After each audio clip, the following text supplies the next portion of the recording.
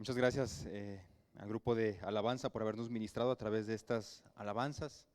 Gracias a Dios por la oportunidad que nos sigue dando de continuar compartiendo de nuestra fe a través de los medios sociales y también de algunas personas que están aquí presentes. Gracias a Dios por esa oportunidad que nos da de estar unidos, juntos, compartiendo y escuchando de la palabra de Dios. Hermanos, nos da gusto verles conectados en nuestra transmisión. Sabemos que están ahí varios de ustedes.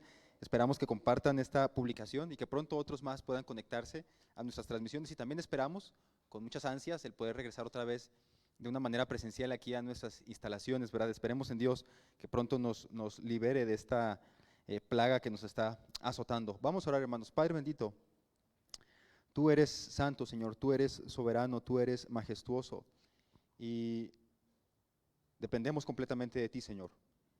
Gracias, Dios, por este día que tú nos has dado. Gracias, Padre, por la vida que tú nos has dado, porque tú nos sostienes, Señor, porque no nos ha faltado nada. Te agradecemos, Dios. Te agradecemos, Padre, también por este hermoso tiempo en el que podemos pasar hablando acerca de tu palabra, en el que podemos reflexionar en lo que tú tienes para nosotros, Dios. Y te suplicamos, Padre, para que sea tu Santo Espíritu el que nos ilumine y para que también, Dios, sea el Espíritu Santo el que transforme nuestros corazones. Gracias, Dios, por este tiempo. Gracias por mis hermanos que están conectados a esta transmisión. Señor, bendice sus hogares. Te suplicamos por sus familias. Si hay alguna enfermedad, Padre, sánales, te lo suplicamos, Dios, en Cristo Jesús. Amén. Mis hermanos, hace un par de domingos iniciamos la presentación del capítulo 2 de Segunda de Pedro. Ustedes se acordarán muy bien, Segunda de Pedro capítulo 2, donde, como en varios libros del Nuevo Testamento, se nos advierte de la presencia de falsos maestros dentro de la iglesia de Dios. Hermanos, esto no es exclusivo de Pedro. Si ustedes recordarán bien en algunas predicaciones que tuvimos sobre la carta, la primera y la segunda carta de Timoteo, sobre la primera y la segunda carta de Pablo a los tesalonicenses, también en esas cartas Pablo advierte acerca de la presencia de falsos maestros dentro de la iglesia de Dios. No es el único lugar donde vemos eso, también lo vemos en el libro de los Hechos, lo vemos en los Evangelios, lo vemos en el libro del Apocalipsis, lo vemos en el libro de Judas. Hermanos, prácticamente más de la mitad de los libros del Nuevo Testamento nos advierten de la presencia de falsos maestros dentro de la iglesia de Dios. Y esta es una enseñanza que aparece como una advertencia al pueblo de Dios a mantenerse fiel escuchando la voz de Dios. Porque como existen estos falsos maestros que constantemente están enseñando mentiras, es necesario que el pueblo de Dios escuche la voz de Dios. Esta es la tercera parte de esta serie de Escucha la voz de Dios, parte 3. Pero toda esta serie tiene que ver con persevera, ¿verdad? Persevera, que hablábamos que tiene que ver con la carta de Pedro.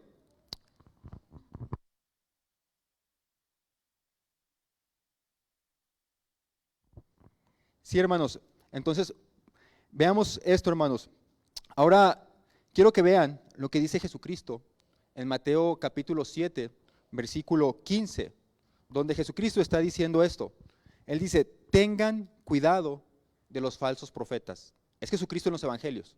Jesucristo lo está diciendo, tengan cuidado de los falsos profetas que vienen disfrazados de ovejas inofensivas, pero que en realidad son lobos feroces.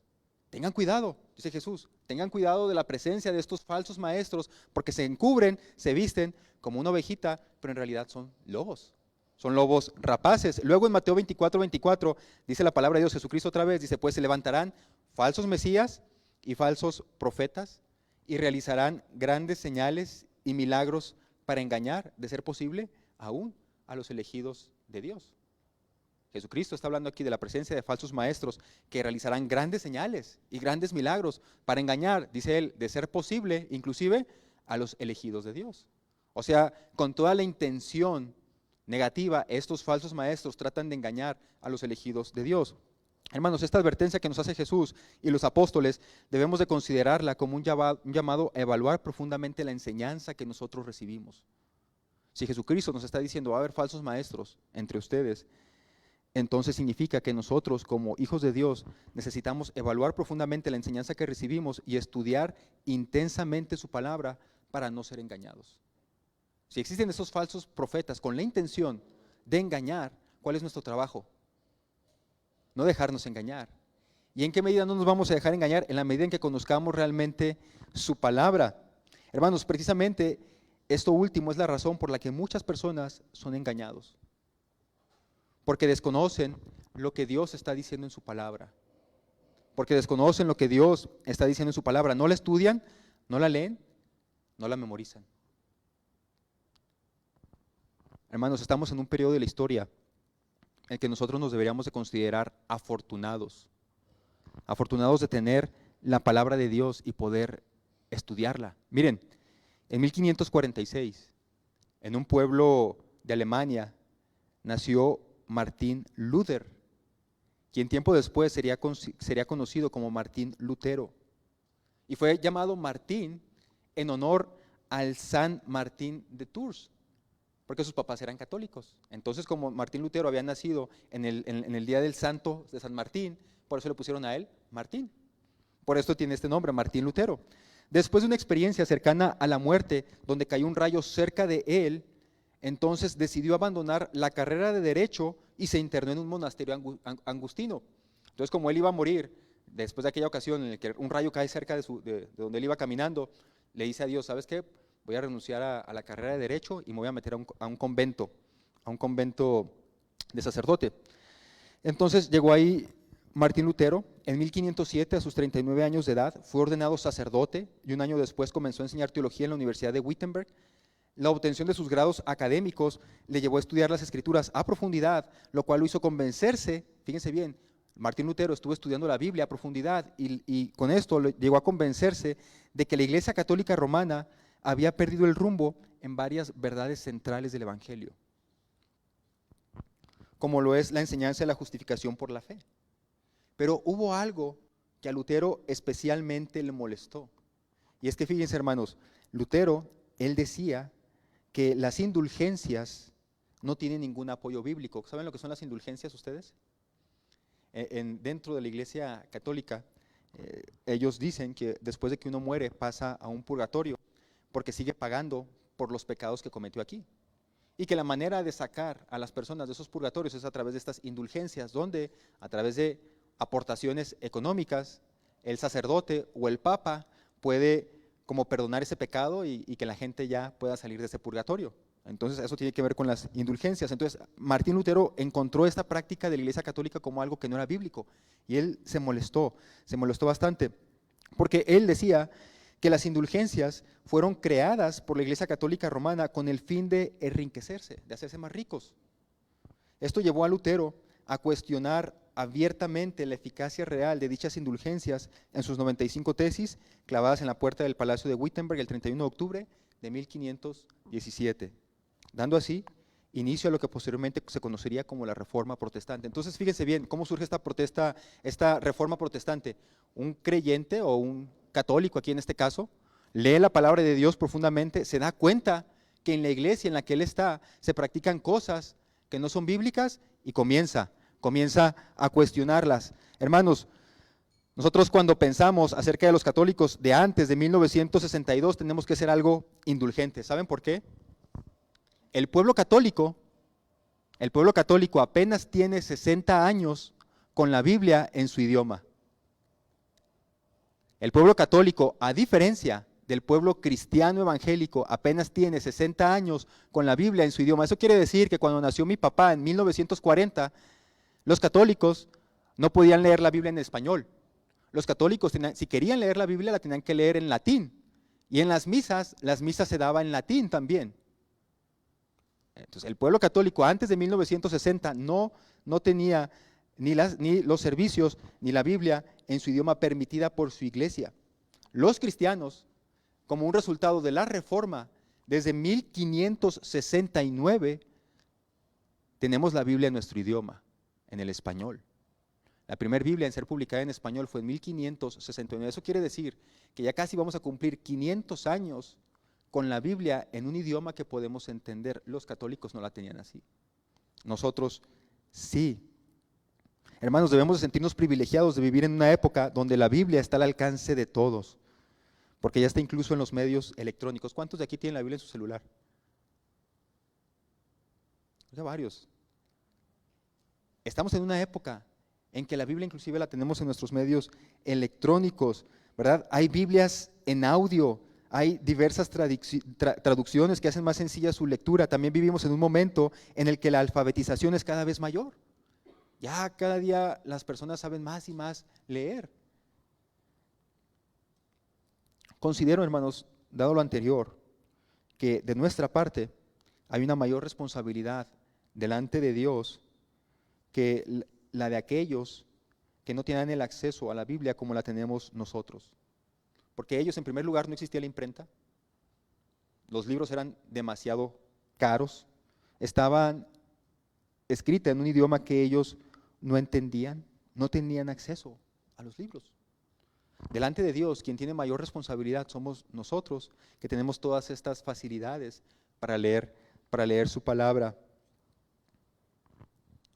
Hermanos, en otras palabras, el día de hoy, ser engañado por un falso maestro parece ser más una cuestión de voluntad propia o de ignorancia voluntaria que de una falta de acceso para los medios de no ser engañado. Como que ahora el hecho de ser engañado por algún falso maestro tiene más responsabilidad de nuestra parte que del falso maestro, porque nosotros tenemos acceso a la palabra de Dios. Antes, cuando solamente existía la Biblia en el latín, pues ¿qué podía decir la gente? No sabían leer la Biblia. ¿Cuál era su excusa? Pues no sé leer la Biblia. Y el que me la enseña, que es este sacerdote, me está enseñando puras mentiras. Pero hoy, ¿qué excusa tenemos para decir es que aquel me está engañando? ¿Es culpa de aquel que me está engañando? Pero si nosotros podemos leer la Biblia, ¿cuál es nuestra excusa entonces? Somos más responsables nosotros delante de Dios que aquellos que no tenían tanta luz como tenemos ahora nosotros. Pero bueno, hermanos, aún así pueden surgir preguntas entre los creyentes. Pueden decir, bueno, ¿qué acaso Dios no tiene cuidado de su iglesia? ¿Por qué pueden abundar esos falsos maestros? Porque abundan falsos maestros. ¿Por qué es que abundan esos falsos maestros, tuercen la verdad y Dios no les hace nada? Pueden preguntarse varios de estas preguntas, hermanos. Dos respuestas rápidas podemos darles a estas preguntas y luego vamos a profundizar sobre ello. Miren, en primer lugar, Dios sí tiene cuidado de su iglesia. Y es lo que vamos a ver un poco hoy. Dios sí tiene cuidado de su iglesia. La enseñanza de la Biblia es que solamente van a ser engañados aquellos que en realidad no son creyentes. Aquellos que en realidad no son creyentes van a ser los que serán engañados. En segundo lugar, Dios jamás está callado. Él está juzgando a los falsos maestros y a quienes los siguen al dejarlos cosechar las consecuencias de sus prácticas. Dios sigue emitiendo juicio, hermanos. Dios sigue condenando a estos falsos maestros, aunque pareciera que no. En realidad sí, cuando Dios los deja cosechar las consecuencias de lo que ellos están practicando. Y bien, dicho lo anterior, hermanos, vamos a entrar al pasaje de Pedro, segunda de Pedro, capítulo 2, del 4 hasta el 10. Y lo voy a leer, va a aparecer en sus pantallas. Dice así la palabra de Dios. Fíjense bien, pongan atención. Pues Dios ni siquiera perdonó a los ángeles que pecaron. Dios ni siquiera perdonó a los ángeles que pecaron, sino que los arrojó al infierno, dentro de fosas tenebrosas, donde están encerrados hasta el día del juicio. Versículo 5, Dios tampoco perdonó al mundo antiguo, aparte de Noé, y a los otros 7 miembros de su familia. Noé advirtió al mundo del justo juicio de Dios, y por eso Dios lo protegió cuando lo destruyó, con un gran diluvio, el mundo de los que vivían sin Dios. Tiempo después, Dios condenó las ciudades de Sodoma y Gomorra, y las redujo a montones de cenizas. Las puso como ejemplo de lo que le sucedería a la gente que vive sin Dios. Sin embargo, Dios también rescató a Lot y lo sacó de Sodoma, porque Lot era un hombre recto que estaba harto de la vergonzosa inmoralidad de la gente perversa que lo rodeaba. Así es, Lot era un hombre recto, atormentado en su alma por la perversión que veía y oía a diario. Como ven, versículo muy importante, como ven, el Señor sabe rescatar de las pruebas a todos los que viven en obediencia a Dios. El Señor sabe rescatar de las pruebas a los que viven en obediencia a Dios. Al mismo tiempo que mantiene castigados a los perversos hasta el día del juicio final. Él trata con particular severidad a los que se entregan a sus propios deseos sexuales pervertidos y desprecian la autoridad. Dios está juzgando, hermanos. Una de las ventajas que tenemos, si ustedes han venido siguiendo esta serie de predicaciones basadas en Pedro, se han dado cuenta que no nos hemos salteado ningún versículo. No lo hemos hecho porque nuestra creencia es que todo esto es palabra de Dios. Y si Dios lo puso ahí es porque lo necesitamos escuchar. Puede parecernos chocante, puede no gustarnos, pero al final de cuentas es la palabra de Dios.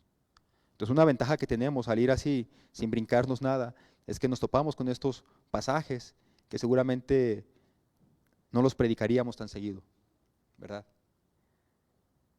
Hace 2 domingos, hablando acerca del inicio de esta predicación, donde Pedro comienza a hablar de los falsos maestros, hablábamos que Pedro nos da indicaciones de cómo podemos detectar a un falso maestro. Es como que Pedro nos decía, bueno, está bien, les voy a ayudar, porque van a haber falsos maestros, van a haber falsos profetas.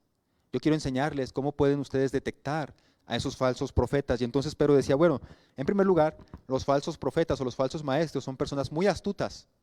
Son personas muy astutas que saben encubrir la verdad con herejías. ¿Sí? O sea, que inventan herejías y las meten de una manera encubierta. En segundo lugar, decía Pedro, la ocasión pasada veíamos esto, son personas inmorales. Son personas que a lo mejor lo puedes ver a simple vista, como en algunos se nota, pero en otros no tanto. Pero son personas inmorales. Y número 3, Pedro decía, son personas también avaras. Son personas codiciosas. Pero entonces Pedro hace esta pausa a partir del versículo 4. Pedro hace esta pausa porque luego los va a seguir describiendo en el versículo 11, pero hace esta pausa Pedro para abundar en algo que es bien importante y es hablar acerca del doble juicio o más bien hablar acerca del doble aspecto del juicio de Dios, condenación y salvación. Condenación para quien voluntariamente ha rechazado el regalo de Dios y salvación para quienes lo han aceptado. Hermanos, no debemos en ningún momento de dudar de que tenemos un Dios que juzga la maldad. No debemos olvidarlo y no debemos de sacarlo de nosotros. Tenemos un Dios que juzga la maldad.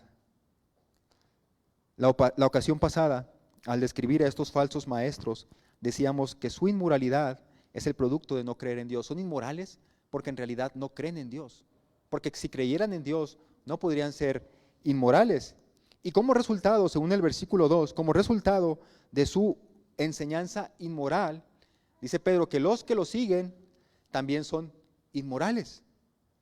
En otras palabras, la falsa enseñanza resulta en inmoralidad dentro de la gente que escucha esas falsas enseñanzas. Y como resultado, dice Pedro, se habla mal del camino de la verdad. Porque la gente dice, bueno, aquella persona es cristiana y mira lo que está haciendo, o dice ser cristiano, pero mira lo que está haciendo. ¿Qué diferencia hay entre un cristiano y uno que no es no cristiano? Porque muchas veces la falsa enseñanza produce vidas inmorales. Por eso se habla mal del camino de la verdad, porque aparentan ser cristianos, ¿verdad? Uno los escucha hablar y parece que están compartiendo la palabra de Dios, pero si el resultado de esa enseñanza no es una transformación del carácter a la imagen de Dios, sino una vida inmoral, entonces no es palabra de Dios. Si aquello que se está compartiendo y que tú estás escuchando no trae en ti una transformación de vida, no te confronta, no te reta, acá hay una transformación en tu vida, entonces seguramente no estás escuchando la palabra de Dios. Si aquello que tú estás escuchando te permite a ti o te incita a ti a vivir una vida inmoral, lo que está aquí diciendo Pedro es, estás escuchando una falsa enseñanza. Porque el resultado de una sana enseñanza es una vida transformada a la imagen de Cristo Jesús. Hermanos, porque Hebreos 4:12 nos recuerda muy bien, la palabra de Dios, vean bien, la palabra de Dios, dice, es viva y es eficaz y es más cortante que toda espada de 2 filos. ¿Por qué tendría que cortar la palabra de Dios? Porque hay algo mal que está dentro de nosotros que tiene que ser extirpado. Y luego sigue diciendo Hebreos, y penetra hasta partir el alma y el espíritu, dice la palabra de Dios. Penetra hasta partir el alma y el espíritu, las coyunturas y los tuétanos, y discierne los pensamientos y las intenciones del corazón. La palabra de Dios siempre nos va a confrontar, porque ninguno de nosotros está a la altura de decir, pues yo soy libre de pecado completamente. La palabra de Dios ya no tiene nada que decirme a mí, no. La palabra de Dios siempre nos va a estar hablando. Por eso, si escuchas la sana enseñanza, siempre te va a estar confrontando. Si escuchas una falsa enseñanza, seguramente vivirás y se promoverá una vida de inmoralidad. No habrá una transformación en ti. Y miren, hermanos, aquí en este pasaje, Pedro, por medio de 3 historias distintas, nos recuerda que Dios sí juzga y Dios sí condena la maldad de la humanidad. Y en 2 de ellas señala a verdaderos creyentes, o más bien Pedro dice que los verdaderos creyentes podemos estar tranquilos de que no vamos a ser condenados por Dios, sino que vamos a ser rescatados de su juicio, y no por algún mérito nuestro, hermanos. Seremos rescatados del juicio de Dios, no por nuestras buenas obras, sino por creer y por poner nuestra confianza en Jesucristo. Y de estas 3 historias vamos a hacer una separación entre los condenados y los rescatados. Número 1, hermanos, los condenados van a aparecer ahí en sus pantallas, porque voy a escoger solamente algunos versículos de aquí, del 4 hasta el 10. Empezamos con el 4, dice así: pues Dios ni siquiera perdonó a los ángeles que pecaron, sino que los arrojó al infierno, dentro de fosas tenebrosas, donde están encerrados hasta el día del juicio. Dios tampoco perdonó al mundo antiguo, cuando destruyó con un gran diluvio el mundo de los que vivían sin Dios. Dice, Dios tampoco los perdonó, porque de pronto hay enseñanzas que se están perpetuando, donde dicen, tú puedes vivir como quieras, Dios te va a perdonar. Y la palabra de Dios dice que sí, Dios es un Dios lento para la ira y grande en misericordia, pero dice que no dejará sin castigo al culpable. Por eso Pedro está diciendo, Dios ni siquiera perdonó a los ángeles, tampoco perdonó al mundo antiguo. Tiempo después, Dios condenó a las ciudades de Sodoma y de Gomorra y las redujo a montones de cenizas y las puso como ejemplo de lo que le pasaría a la gente que vive sin Dios. Versículo 9, Dios mantiene castigados a los perversos hasta el día del juicio final. Versículo 10, Él trata con particular severidad a los que se entregan a sus propios deseos sexuales pervertidos y desprecian la autoridad. 3 historias utiliza Pedro para enfatizar que Dios sí trae juicio, que Dios sí castiga, que Dios sí condena. Porque pensamos que estos falsos maestros que aparecen aquí en Pedro, parece que ellos están enseñando que Dios en realidad no va a traer juicio, que Dios no castiga. Miren, hermano, la primera de estas 3 historias ha causado mucha especulación, porque habla acerca de ángeles que pecaron y que Dios los mandó al infierno dentro de fosas tenebrosas, y ha causado mucha especulación y toda clase de enseñanza en base a este versículo, que realmente podemos decir es un versículo muy, muy oscuro. Y por oscuro nos referimos a que tenemos muy pocas referencias. ¿A qué historia exactamente se está refiriendo Pedro? Porque algunos dicen, bueno, en Apocalipsis 12:4, encontramos que cuando Satanás se rebeló, una tercera parte de los ángeles se le unieron. Entonces dicen, bueno, puede ser en aquella ocasión, cuando Satanás se rebeló. En otro momento, en la historia que aparece ahí en Génesis capítulo 7, se habla acerca del diluvio universal, y un poquito antes se habla acerca de hombres, hijos de Dios, se dice ahí, hijos de Dios que tuvieron relaciones sexuales con las hijas de los hombres y entonces nacieron gigantes. Entonces, algunos han especulado y han dicho, bueno, que Pedro se está refiriendo aquí a esos ángeles, que probablemente así lo interpretan algunos, ángeles que bajaron a tener relaciones sexuales con seres humanos y entonces dieron a luz a gigantes. La verdad es que tenemos muy pocos datos para creer esto. La palabra de Dios dice, Jesucristo cuando habla acerca de los ángeles, dice que los ángeles son seres asexuados, ni se casan, ni se dan en matrimonio, o sea, no tienen esta inclinación hacia la sexualidad. Así que interpretar Génesis diciendo que son ángeles que vienen a tener relaciones sexuales con las mujeres parece como que no está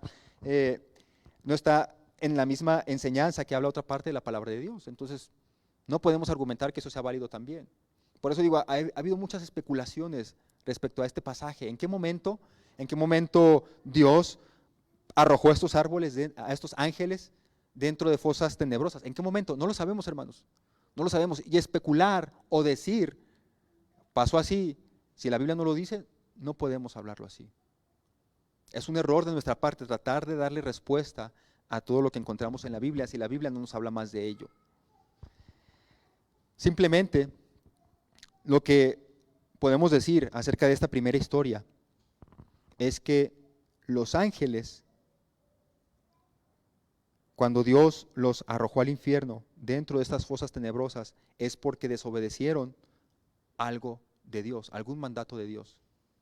Es lo único que podemos decir. No sabemos en qué momento está Pedro haciendo alusión, o sea, a qué momento de la historia está haciendo Pedro alusión. No lo sabemos, ni sabemos exactamente cuál fue la orden que Dios les ha dado. Lo único que podemos saber es que desobedecieron la autoridad de Dios. Y esto tiene que ver con lo que dice más adelante en el versículo 10, donde dice ahí que Dios trata con particular severidad a los que se entregan a sus propios deseos sexuales pervertidos y desprecian la autoridad.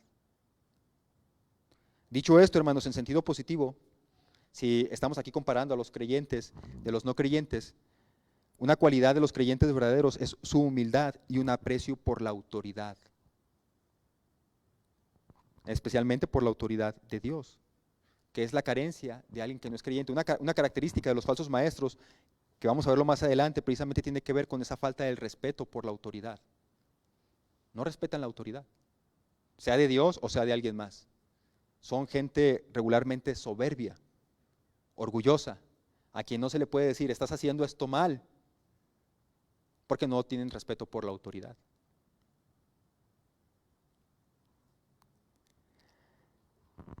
Un creyente verdadero aprecia la autoridad de Dios y la autoridad que Dios les ha conferido a otras personas. Un falso maestro no tiene respeto por ninguna clase de autoridad, porque él se cree superior a los demás.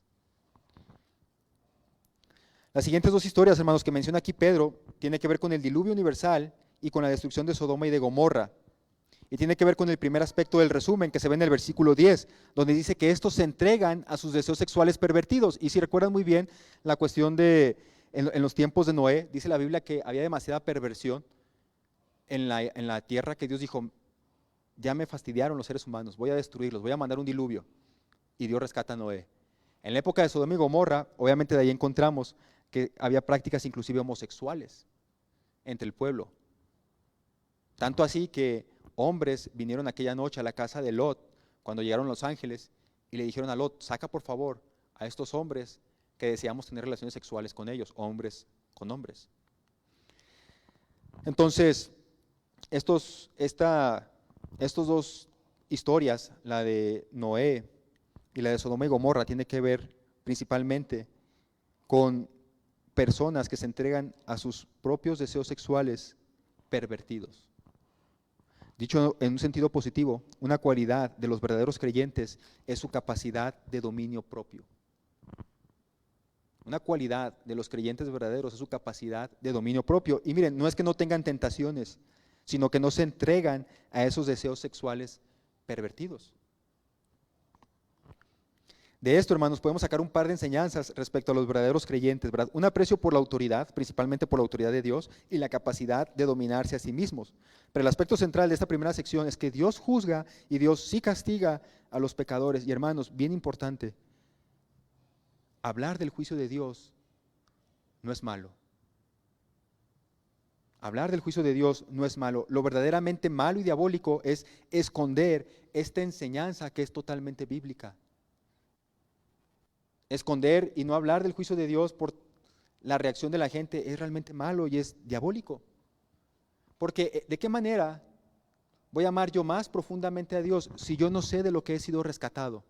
De la ira de Dios. Todos estamos condenados a sufrir la ira de Dios porque somos pecadores y lo que merecemos es la muerte. Pero si yo no sé hasta qué punto yo he desobedecido a Dios, y cuando Dios me rescata y me salva, yo no voy a amar a Dios tanto como Él se lo merecería, porque yo no sé ni conozco completamente a Dios, no conozco su santidad, no conozco que merecía el juicio de Dios, que merecía el castigo de Dios. Por eso, hablar del juicio de Dios no es malo. Y número dos, hermanos, ¿por qué sería malo esconder esta enseñanza si como creyentes sabemos que por la gracia de Dios no vamos a ser condenados?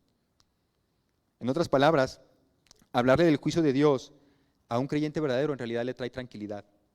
Si tú como creyente tienes temor del juicio de Dios, es porque seguramente hay algo en tu vida que necesita ser cambiado. Porque un creyente verdadero sabe que no va a ser condenado. sabe que va a venir un juicio, por supuesto, pero que su salvación no depende de sus obras, sino su salvación depende de Jesucristo.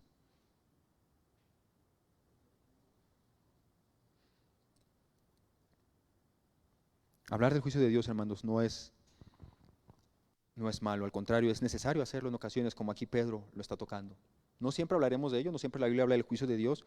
De hecho, la Biblia habla muchas veces del amor de Dios y de cómo Dios nos rescata, pero en ocasiones es necesario hablar del juicio de Dios, para que aprendamos nosotros como creyentes a vivir en esa tensión de obedecer a Dios. Recuerden que algo que se promueve mucho en este pasaje es la obediencia a Dios. Número 2, vamos a ver al grupo de los rescatados. Dice el versículo 5b, y Noé advirtió al mundo justo del justo juicio de Dios, y por eso Dios lo protegió cuando lo destruyó, con un gran diluvio del mundo de los que vivían sin Dios. O sea, Dios rescató a Noé, lo protegió cuando él destruyó al mundo. Versículo 7, sin embargo, Dios también rescató a Lot, allá de Sodoma y Gomorra, y lo sacó de Sodoma, porque Lot era un hombre recto que estaba harto de la vergonzosa inmoralidad de la gente perversa que lo rodeaba. Así es, Lot era un hombre recto atormentado en su alma por la perversión que veía y oía a diario.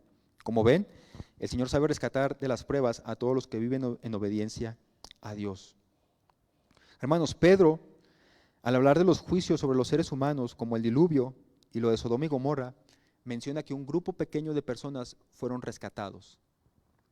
Del diluvio, ya había bastantes aquí en la tierra, solamente Dios rescató a 8 personas. Noé, su esposa, sus 3 hijos y las esposas de sus 3 hijos. 8 personas en total fueron rescatados de todo ese mundo pecador. Solamente Dios rescató a 8 personas. Y en el segundo caso, de Sodoma y de Gomorra, Dios solamente rescató a Lot, a la esposa de Lot y a sus 2 hijas, aunque la esposa de Lot luego volteó, cuando no tenía que voltear, porque otra vez estamos hablando de la obediencia, y le dijeron no voltees para nada, ella voltea y se convierte en una estatua de sal. Dios rescató a Lot y a sus 2 hijas, de toda Sodoma y de toda Gomorra. Hermanos, esto tiene que ver con el versículo 2, donde Pedro menciona que son más los que seguirán las falsas enseñanzas de estos falsos maestros que los que se van a mantener en la sana enseñanza. Aunque a nosotros nos gusta mantener las puertas lo más abiertas posibles para los que son rescatados por Dios, para que los que sean rescatados por Dios sean muchos, la verdad que nosotros encontramos en la Biblia es que en realidad son pocos los que se salvan. Nos encantaría que fueran muchos, pero los muchos siguen sus deseos pecaminosos. Los pocos son los que realmente confían en Dios. Ancha es la puerta que lleva el camino a la perdición y angosta el camino que va a la salvación. La enseñanza bíblica es que son muchos los que caen engañados, presas de estos falsos maestros, y son pocos los que realmente se mantienen fieles en la sana doctrina. Y esto lo hemos visto no solamente en la Biblia, también lo hemos visto en la historia de la iglesia. Cuando la iglesia se empieza a torcer y empiezan a practicar cosas que no son bíblicas, por lo general se mantiene un grupo pequeño, fiel a la palabra de Dios. Y luego ese grupo pequeño hace cambios y se vuelve a reproducir. Pero generalmente son muchos los que caen engañados. Y aquí Pedro, hermanos, describe sin muchos detalles un par de cualidades de estos pocos. Por un lado dice, bueno, Noé le advirtió al mundo del justo juicio de Dios. Y cuando nosotros vamos a Génesis, nos damos cuenta, no encontramos que Noé les haya predicado a ellos. No encontramos eso en Génesis. Pero lo que sí vemos es que Noé estaba construyendo esta gran arca que le tomó 120 años construirla. 120 años le tomó a Noé construir el arca de Noé. 120 años le tomó a Noé construir esta arca. Durante todo ese tiempo, seguramente, porque como Pedro está diciendo que él les advertía a ellos del juicio que venía, seguramente hubo gente pues que lo vio construyendo aquel enorme barco, y seguramente había gente que le venía y le preguntaba, oye Noé, pues ¿qué te pasa? ¿Por qué estás construyendo eso? Y seguramente Noé les decía, bueno, estoy construyendo esta arca porque Dios me dijo, porque Dios le dijo a Noé, construye esta arca. Porque Dios me dijo que construyera esta arca, y yo obedezco a Dios. Seguramente la gente que estaba ahí se burlaba de Noé, y lo hacía, ¿cómo es posible? Mira, ni ha llovido, no cae agua, y tú dices que un diluvio nos va a matar. Las obras de Noé les estaban testificando a ellos que él creía en un Dios y que lo iba a obedecer, a pesar de que todos los demás no creyeran en Dios. De esa manera Noé les estaba testificando a ellos a través de sus obras. En otras palabras, Noé construyó el arca en obediencia a Dios. Y en la historia de Lot se nos dice que Lot estaba harto de la inmoralidad de la gente perversa que lo rodeaba. Y si leemos la historia en Génesis, nos daremos cuenta de que toda la ciudad estaba bien pervertida. Todos ahí practicaban relaciones sexuales de una manera perversa, pervertida. Y Lot, que vivía dentro de esa comunidad, no se contaminó de aquello. En otras palabras, hermanos, Lot se mantuvo obedeciendo a Dios, aunque toda la cultura que lo rodeaba lo incitaba a pecar. ¿Qué hubiera dicho Lot? Pues todos lo hacen. Todos lo están haciendo y no parece algo malo. Pero Lot se mantuvo fiel a Dios. En nuestros tiempos, mucho de lo que nuestra cultura promueve y practica está en contra de la palabra de Dios. Y como cristianos no podemos nosotros ceder ante las presiones de ellos otra vez, porque lo importante es la obediencia a Dios. Por eso va a decir el versículo 9, como ven, el Señor sabe rescatar de las pruebas a todos los que viven en obediencia a Dios. Porque Noé obedeció al construir el arca y porque Lot obedeció al no practicar las costumbres perversas, pervertidas que tenía la gente que lo rodeaba. No eran perfectos, Ni Lot ni Noé fueron seres perfectos. Tú podrías pensar, bueno, es que Dios los salvó a ellos porque pues eran personas perfectas, justos, pero en realidad no eran perfectos. En cuanto Noé baja de la barca, se emborracha. Lot, pues en primer lugar, cuando estaba ahí en Sodoma y en Gomorra, cuando vinieron estos hombres a pedirle a que sacara a los ángeles, dije, mejor les aviento a mis hijas. O sea, no eran hombres perfectos, eran hombres también con debilidades, pero aún así ellos se mantenían confiando en Dios, se mantuvieron creyéndole a Dios. Lo importante y lo que Pedro quiere señalar es que Dios rescata a los que ponen su confianza en Él. Por eso la enseñanza o la doctrina del juicio de Dios no debe de incomodar a un hijo de Dios, sino que lo debe motivar a vivir en santidad y en agradecimiento a Dios por ser rescatado de ese juicio que sin duda va a venir. Sin duda vendrá. Hermanos, de toda esta enseñanza, ya para terminar, yo me quedo con lo siguiente, yo espero que también ustedes se queden con esto. La enseñanza bíblica verdadera trae necesariamente transformación de vida. La enseñanza bíblica verdadera trae transformación de vida, trae un cambio en tu mentalidad, trae un cambio en tu comportamiento, trae un cambio en tu carácter. Porque la palabra de Dios hace eso. La palabra de Dios confronta nuestra alma, parte y saca aquello que está mal. Eso es lo que hace la palabra verdadera, la enseñanza bíblica verdadera. Pero la falsa enseñanza solamente va a traer inmoralidad a tu vida. La falsa enseñanza solamente va a traer inmoralidad a tu vida. Entonces aquí, como una conclusión a todo esto, podríamos decir, porque yo les hablaba, ¿verdad?, acerca de que en todo este tiempo se escuchan tantas mensajes y predicaciones por internet, porque ahora hay todo este asunto de las redes sociales, se difunde muy rápido. Aquí solamente podemos hacer una advertencia, podemos hacer una exhortación, hermanos, a que evalúes aquello de lo que te estás alimentando tú, que supuestamente es la palabra de Dios. Si realmente es la palabra de Dios, va a traer cambios a tu vida, carácter, pensamientos, sentimientos. Va a traer cambios, porque es la palabra de Dios. Pero si aquello que tú estás escuchando, en vez de transformar tu vida en realidad, te está dando licencia para pecar, entonces ten mucho cuidado, porque seguramente estás escuchando una falsa enseñanza. Si no ves cambios en tu vida, si no ves un dolor por tu pecado, si no eres transformado por la palabra de Dios, entonces aléjate de esos falsos maestros. Solamente están engañándote. Padre, te agradezco, Dios, por este tiempo, te agradezco por tu palabra. Dios, sabemos que tus juicios son justos. Es realidad, Señor, es en realidad que nosotros no podemos entender el alcance y la magnitud de todo esto. a veces ni siquiera hace sentido en nuestra cabeza, pero en la Biblia encontramos que tú has juzgado varias veces a la humanidad y que tu juicio ha venido sobre ella, Señor, porque tú eres santo y tú eres bueno y nosotros somos malos.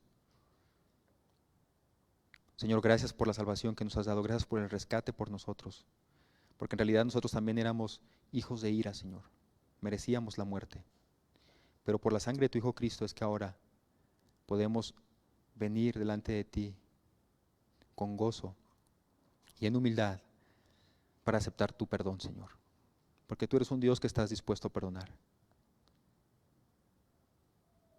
Ayúdanos, Dios, a no ser como estos falsos maestros, obstinados, orgullosos. Ayúdanos, Dios, a ser transformados en nuestra vida también por medio de tu palabra. Gracias por este tiempo, Dios, te lo agradecemos en Cristo Jesús. Amén.